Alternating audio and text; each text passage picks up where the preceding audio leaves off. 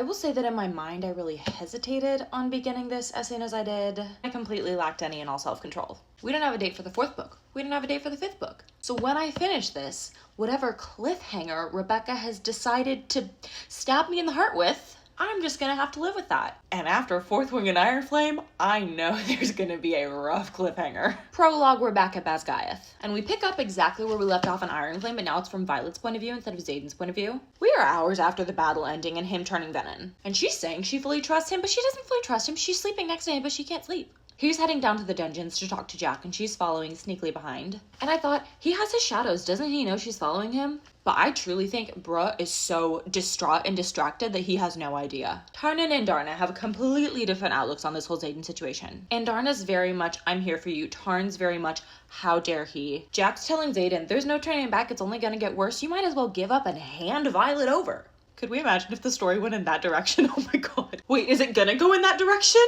I could see that happening. Not that I think Xaden would do that, but in the sense that, like, if he keeps channeling and his soul keeps getting destroyed, we'll cross that bridge when we get there. All the flyers are here with the riders, so Navarre and Pornmill need to make an alliance. Violet's got this whole, like, metaphorical box thing going where she's refusing to grieve her mom, so she takes her feelings and puts them in a box. That's gonna go well. They haven't been having battle brief, which, like, the whole thing has already been that leadership keeps everything from them, and now they're not even having battle brief. So far, they've killed 31 Venom. Xaden being responsible for 17 of those kills. And I'm like, can he sense them? Is it the shadows? Is he just, like, so distraught that this is his revenge? And chapter 1 ends with it being a while since they found any on patrol. Because they're in the school. I don't know why he's such a big deal, but they broke in to try to get Jack Barlow out.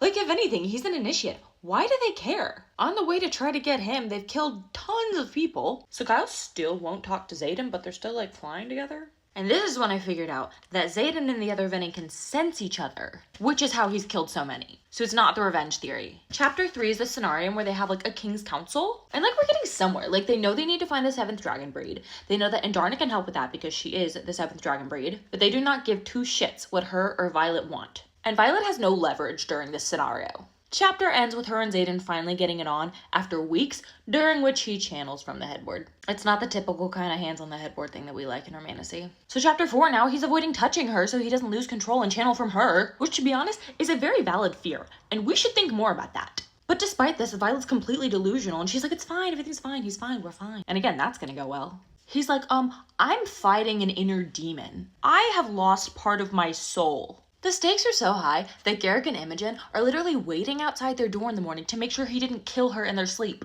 But no, it's fine. Viscount Takaris is giving Violet 3 days to make a deal for the Flyers to be able to stay at Basgiath. And Mira thinks that the wards only have 6 months. If that's the estimate, I guarantee it's going to be less than that. So I'm going to guess that the timeline of this book, because it's about halfway through 2nd year, I'm going to guess it's going to be maybe not even up until graduation.